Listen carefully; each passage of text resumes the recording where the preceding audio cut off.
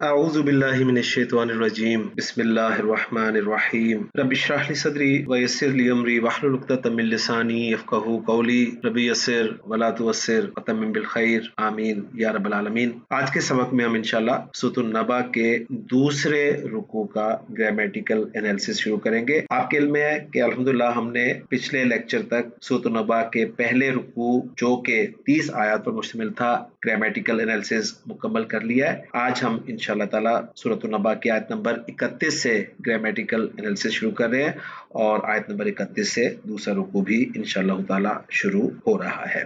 تو چلتے ہیں جی دوسرے رکوع کی پہلی آیت کی طرف جو کہ اس سورہ مبارکہ کی آیت نمبر 31 ہے۔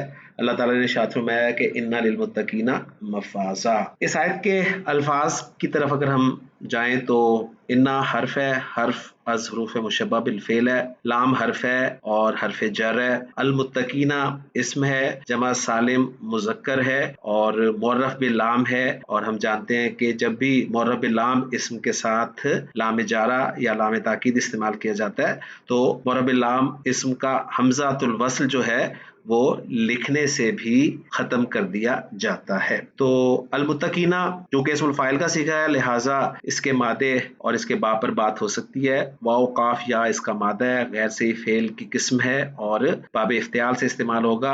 ابتقیا یو تقیو اور پھر تبدیلی کے بعد اتقایا یتقیو، اتقا یتقی، اتقاءن بنے گا جس کے معنی ڈرنا کے ہوں گے۔ مفازن جو ہے یہ بھی چونکہ ایک مشتق اسم ہے یعنی یہ اسم الظرف ہے یا مصدر میمی ہے، تو اگر اسم الظرف کے طور پر ہم اسے لیں تو فا واو زا مادہ ہے اس کا، باب نون سے استعمال ہوتا ہے، فازا یفوزو فوزن، یا مفازن بھی مصدر اس کا مصدر میمی کے طور پر استعمال ہوتا ہے، مفازتن بھی اس کا مصدر آتا ہے۔ معنی اس کے ہوں گے کامیابی کے، اور اگر ہم اس کو اسم الظرف یعنی اسم مکان کے طور پہ لیں تو پھر اس کے معنی ہوں گے کامیاب ہونے کی جگہ یعنی موضع فوزن۔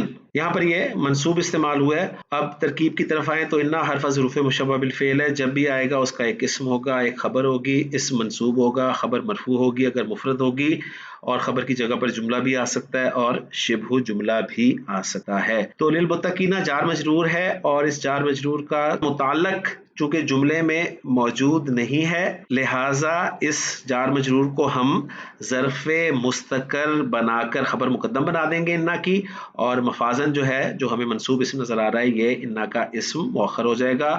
یوں انا اپنے اسم مؤخر اور خبر مقدم سے مل کر جملہ اسمیہ بن جائے گا، اور ترجمہ ہم کریں گے بے شک متقین کے لیے کامیابی ہے۔ اس کے بعد اگلی آیت جو ہے وہ ہے حدائق و اعنابا۔ 3 الفاظ پر مشتمل یہ آیت ہے جس میں پہلا لفظ ہے حدائق جو کہ اسم ہے اور یہ جمع مکسر اسم ہے، اور اس کا واحد جو ہے وہ حدیقہ ہے، حدیقہ کہتے ہیں وہ باغ جس کی 4 دیواری ہو۔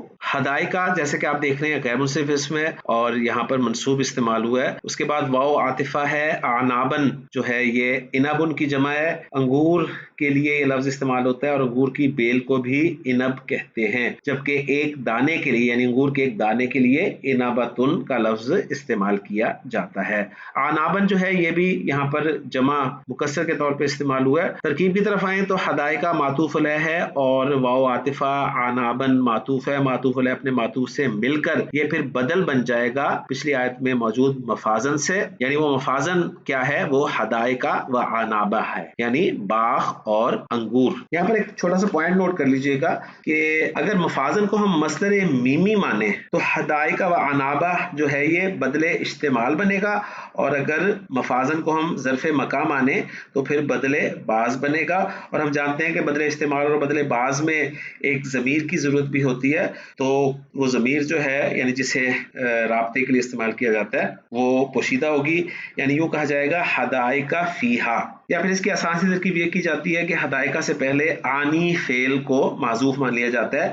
آنی فعل با فاعل ہوتا ہے یعنی اس کا مطلب ہوتا ہے کہ میری مراد ہے حدائقہ و اعنابہ۔ بہرحال یہ چونکہ آسان باتیں تھیں اس لیے میں نے ساری آپ کے ساتھ جو ہیں وہ شیئر کر دی۔ اس کے بعد اگلی آیت ہے وہ ہے وَكَوَاعِبَ أَتْرَابًا۔ واؤ کو عاطفہ قرار دیں گے، کوائبہ جو ہے یہ کائب کی جمع ہے اور جمع مکسر ہے ظاہر بات ہے اور غیر منصرف ہے کیونکہ آپ اس کے آخر میں سنگل حرکت دیکھ رہے ہیں، اور قائب کے معنی ہوتے ہیں نو خاستہ.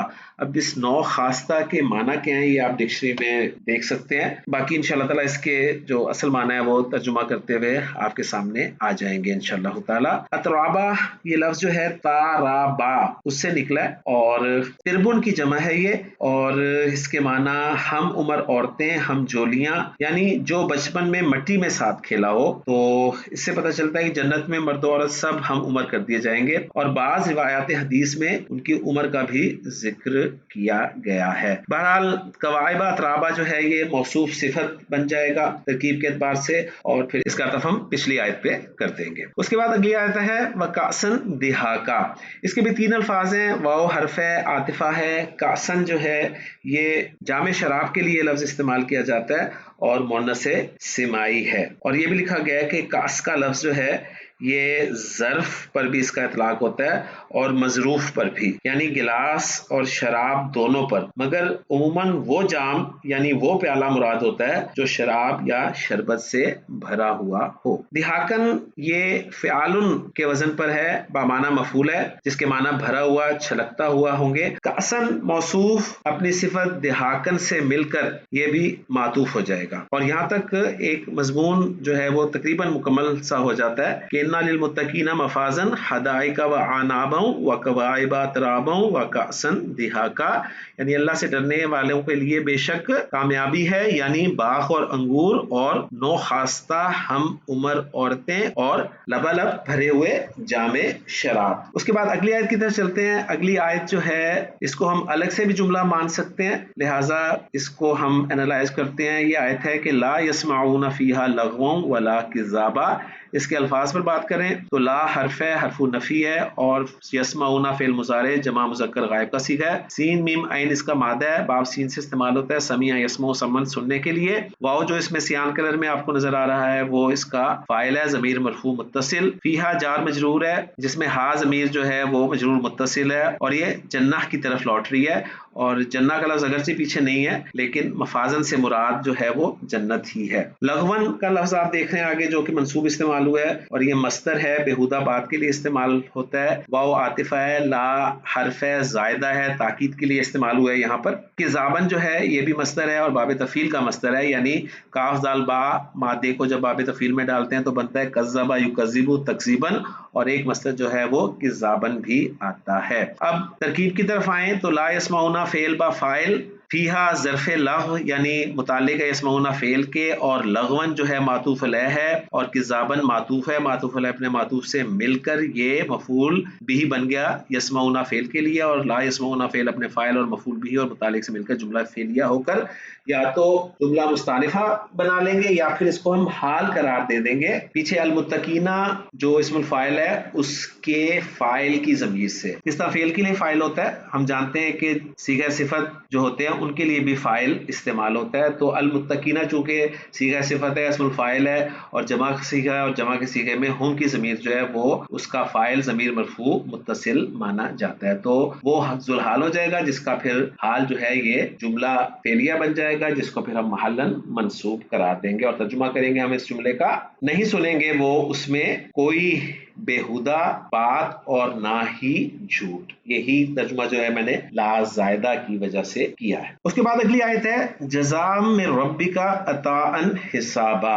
الفاظ پہ بات کر لیں. جزاء جو ہے اسم ہے, منصوب استعمال ہوا ہے, جزا یجزی کا مصدر ہے, من حرف جر ہے, رب مجرور ہے اور ساتھ ہی مضاف بھی ہے, کاف ضمیر مجرور متصل مضاف الیہ ہے. عطاء جو ہے یہ اسم مصدر ہے, عطا یوتی یہ تعن سے اسم مصدر اور مصدر میں فرق یہ ہوتا ہے کہ اس مصدر معنی مصدر کے ہی دیتا ہے لیکن اس میں حروف کا استعمال کم ہوتا ہے. منصوب استعمال ہوا ہے یہاں پر. حسابن جو ہے یہ باب نصرہ کا مصدر لکھا گیا ہے اور کہا گیا کہ یہاں پر اس کے دو معنی ہو سکتے ہیں. ایک اس کے معنی ہے کافین یعنی ایسا انعام, یعنی جزا کے حساب سے ایسا انعام جو ان کو کافی ہوگا, اور دوسرے معنی یہ کیے گئے ہیں حساب و شمار کے, یعنی ایسا انعام جو ان کے اعمال کے خلوص کے اعتبار سے شمار کر کے دیا جائے گا. بہرحال ترجمہ میں نے ساتھ پہلے ہی کر دیا اس کا. تو ترکیب کی طرف آئیں تو جزا جزاءً جو ہے یہ نکرہ ہے، اور نکرہ کے بعد جار مجرور آ جائے تو وہ عام طور پہ صفت بنتا ہے. تو جزاءً موصوف ہے جس کی صفت جو ہے من ربک ہے، موصوف صفت مل کر یہ ایک محذوف فعل یجزون کے لیے مفعول مطلق قرار دیے جائیں گے، یعنی یجزون جزاء من ربک. اور پھر یجزون فعل مجہول جو ہے اپنے نائب فاعل واو اور مفعول مطلق سے مل کر جملہ فعلیہ ہو جائے گا. آگے جو عطاً حساباً آ رہا ہے یہ موصوف صفت سے مل کر یہ بدل ہو جائے گا جزاء کے لیے. اور پھر لفظی ترجمہ ہم کریں گے کہ انہیں بدلہ دیا جائے گا، اور یہ بریکٹ میں کریں گے کیونکہ یجزون فعل محذوف جو ہے وہ مانا جائے گا. ایسا بدلہ جو ان کے رب کی طرف سے ہوگا، یعنی کافی انعام ہوگا. اس کے بعد اگلی آیت جو ہے وہ ہے رب السماوات والارض وما بینہما الرحمن لا یملکون منہ خطابا. تو پہلی مرتبہ ہمارے سامنے سورۃ النبا کی ایک طویل آیت جو ہے وہ آئی ہے، لہٰذا اس کے الفاظ کو ہم پہلے تفصیل سے ذکر کر لیتے ہیں. اس میں پہلا لفظ جو ہے وہ ہے رب، جو کہ اسم ہے اور الف لام کے بغیر ہے، تنوین بھی نہیں ہے، لہٰذا مضاف بن رہا ہے اور مجرور ہے. اس کی جر کو ہم ترکیب میں انشاءاللہ تعالی واضح کریں گے. السماواتی جو ہے یہ مضاف الیہ ہے رب کے لیے، واو عاطفہ ہے، الارضی جو ہے یہ بھی مجرور ہے، لہٰذا السماوات جو ہے اس کو معطوف علیہ بنا دیں گے اور الارض کو معطوف بنا دیں گے. اس کے بعد واو پھر عاطفہ ہے، ما بینہما میں ما اسم موصول ہے. جب اسم موصول آتا ہے اس کا صلہ ضرور ہوتا ہے، صلہ جو ہے وہ اکثر جملہ فعلیہ ہوتا ہے اور جملہ اس میں بھی آ سکتا ہے، لیکن یہاں پر وہ شبہ جملہ کے طور پہ آیا ہے. شبہ جملہ یا تو جار مجرور ہوگا یا ظرف اور مضاف الیہ، لیکن ظاہر بات ہے وہ دونوں کسی نہ کسی کے متعلق ہوں گے. تو بینہما ظرف اور مضاف الیہ سے مل کر یہ صلۃ الموصول قرار دیا جائے گا ما موصولہ کے لیے، اور ما موصولہ اپنے صلۃ الموصول سے مل کر یہ بھی معطوف ہو جائے گا. الرحمانی مجرور اسم استعمال ہوا ہے یہاں پر. اس مجرور اسم کو ہم یا تو جو رب استعمال ہوا آیت کے شروع میں اس سے بدل بنا لیں گے یا پھر اس کی صفت قرار دے دیں گے، اور آگے سے ایک الگ جملہ بن رہا ہے کہ لا یملکون منہ خطابا. اس کو ہم الگ سے انالائز کریں گے. پہلے ہم جو اب تک جملہ بنایا ہے اس کو ترکیب کے اعتبار سے دیکھ لیں. تو رب السماوات والارض وما بینہما الرحمن، اس میں جو ہمارا مرکب اضافی بنا ہے رب السماوات والارض وما بینہما، اس میں مضاف کی جر جو ہے وہ ہم پروف کریں گے کہ یہ بدل ہے پچھلی آیت میں جو رب کا لفظ استعمال ہوا ہے نا اس سے، یعنی اس رب کی طرف سے جو آسمانوں اور زمین اور جو کچھ ان دونوں کے درمیان میں ہے اس کا رب ہے. الرحمانی یعنی الرحمن. اس طریقے سے ہم اس حصے کا انالیسس کر سکتے ہیں. اب ہم چلیں گے اس آیت کے آخری حصے کی طرف جو کہ ہے لا یملکون منہ خطابا. اس کے الفاظ پہ پہلے بات کر لیتے ہیں. اس میں لا نافیہ ہے، یملکون فعل مضارع ہے، جمع مذکر غائب کا صیغہ ہے، میم لام کاف اس کا مادہ ہے، ملکا یملکو باب ضربا یضربو سے استعمال ہوتا ہے، ملکن ملکن یا ملکن اس کا مصدر استعمال ہوتا ہے. اس کے معنی مالک ہونا یا با اختیار ہونا کے ہوتے ہیں. واو سیان کلم میں ضمیر مرفوع متصل اس کا فاعل ہے. منہ جار مجرور ہے جو کہ متعلق ہے یملکون فعل کے، اور اس میں ہا کی ضمیر جو ہے وہ الرحمن کی طرف لوٹ رہی ہے، اور خطابن جو ہے یہ مصدر ہے خاطبہ، مادے کو باب مفعلہ میں استعمال کرتے ہوئے بنتا ہے خاطبہ یخاطب مخاطبتن یا خطابن، خطاب کرنا، مخاطب ہونا یا بات کرنا. تو یہ منصوب استعمال ہوا ہے. ترکیب کی طرف آئیں تو لا یملکون فعل با فاعل ہے، منہ متعلق ہے فعل کے، اور خطابن جو ہے مفعول بھی ہے یملکون فعل کے لیے، اور لا یملکون فعل اپنے فاعل، اپنے متعلق اور اپنے مفعول بھی سے مل کر جملہ فعلیہ ہو کر جملہ مستانفہ قرار دیا جا سکتا ہے. اور اس جملے کا ہم اگر ترجمہ کرنا چاہیں تو کچھ یوں بنے گا کہ وہ اختیار نہیں رکھیں گے اس سے کسی خطاب کا، یعنی کسی کو اس کی طرف سے عرض و معروض کا اختیار نہ ہوگا. یہاں تک دیکھیں تو ہمارا مضمون جو ہے وہ ایک مکمل ہو جاتا ہے، اور 37 آیات یہاں پر مکمل ہو جاتی ہیں سورۃ النبا کی. باقی 3 آیات رہتی ہیں، لیکن وہ 3 آیات جو ہیں وہ تھوڑی سی طویل ہیں اور تفصیل طلب ہیں، لہٰذا ان کو ہم اپنے اگلے لیکچر کے لیے رکھ لیتے ہیں اور ایک نئے مضمون کے طور پہ انشاءاللہ تعالیٰ ان آیات کو اینالائز کریں گے. تو یہاں تک ہم اپنا لیکچر ختم کرتے ہیں، لیکن اختتام سے پہلے ان آیات کا یعنی آج کے سبق میں پڑھی گئی آیات کا اتھینٹک ترجمہ دیکھ لیتے ہیں. اِنَّ لِلْمُتَّقِينَ مَفَازًا، یقیناً پرہیزگاروں کے لیے ایک بڑی کامیابی ہے. حدائق و عنابا، باغات اور انگور،